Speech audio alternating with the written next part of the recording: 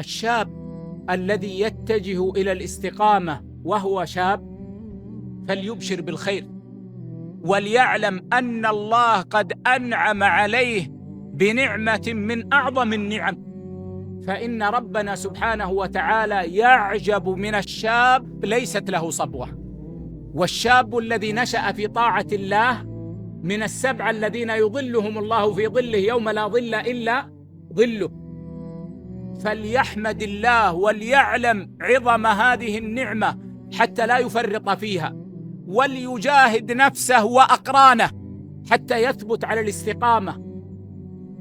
وأوصيه بمصاحبة القرآن، أن يجعل له وردا في كل يوم لا يفرط فيه، يقرأ فيه القرآن، وما أجمل أن يخصص من وقته جزءا ليحفظ القرآن.